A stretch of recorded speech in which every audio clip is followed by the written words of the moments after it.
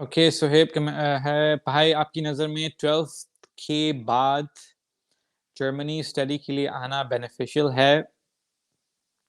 12th के बाद देखें, एक तो मैंने इस पे इलैबोरेट वीडियो बनाई हुई है कि आपको बैचलर्स के लिए आना चाहिए, ये मास्टर्स के लिए आना चाहिए, और बैचलर्स के लिए आप आते हैं तो 12th के बाद ही आते हैं।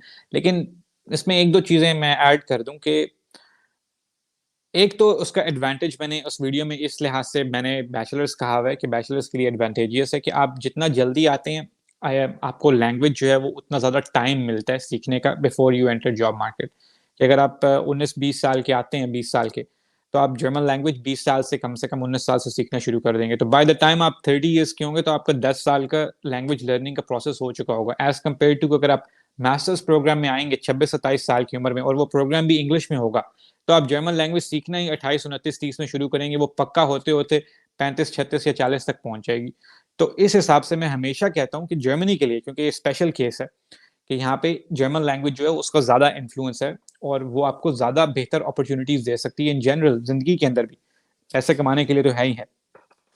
तो मेरा फेवर हमेशा यही होता है कि 12th के बाद आना चाहिए। लेकिन उसमें फिर अब फैक्टर ये भी आ जाता है कि अब 12th के बाद आप आ रहे हैं तो क्या आप उसके लिए रेडी भी हैं या नहीं? क्योंकि बहुत सारे लोग ऐसे होते हैं कि पर्सनैलिटी वाइज़ कि 12th they are very, very young in the sense कि 12th के बाद जनरल भी आप यंग ही होते हैं 18-19 साल के, लेकिन कई लोग बड़े मैच्योर हो चुके होते हैं उस एज तक, 18-19 के भी। और वो पहले भी उनके एक्सपीरियंसेस होते हैं घर से बाहर रहने के या हॉस्टल्स में रहने के, तो वो उसको जल्दी जो है ना वो ईज़िली कोप अप कर लेते हैं। लेकिन बहुत सारे लोग ऐसे होते हैं कि इतनी छोटी-सी उम्र में जब वो बाहर आते हैं और एकदम से थोड़ा उन पे प्रेशर पड़ता है, तो उनके लिए मुश्किल हो जाता है ये हैंडल करना कि एक फॉरेन लैंग्वेज सीख रहे हैं, घर वालों से दूर भी रह रहे हैं, पढ़ाई भी कर रहे हैं, खुद से अपनी अर्निंग्स भी कर रहे हैं।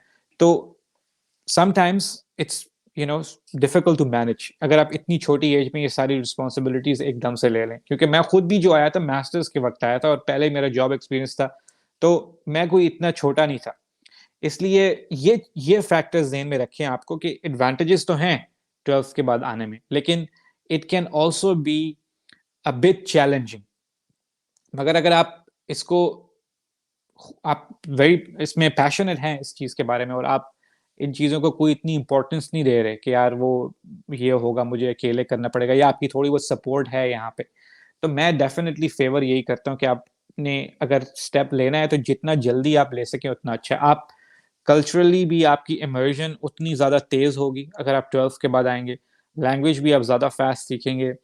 आप ने अगर इन जनरल यहाँ पे सेटल होना है पढ़ने के बाद, तो आपके पास ज़्यादा टाइम स्पैन होगा। तो हर लिहाज से और अगर इनफैक्ट यहाँ पे आपको पसंद ना भी आए, लेट्स से कि आप यहाँ पे बैचलर्स करते हैं, फिर इवन मास्टर्स भी करते हैं, तब भी आप मैक्सिमम जो है वो 26-27 साल के होंगे। Even then you can make a move. अगर आपको ये पसंद नहीं आता, तो आप किसी और मुल्क में या वापस भी जाके इवन फ्रेश स्टार्ट दोबारा से ले सकते हैं। तो ये सारे इसके एडवांटेजेस हैं। मगर पर्सनैलिटी टाइप और इन चीज़ों को ज़हन में रख के आना कि प्रोबेबली इतनी छोटी उम्र में it can get a bit challenging.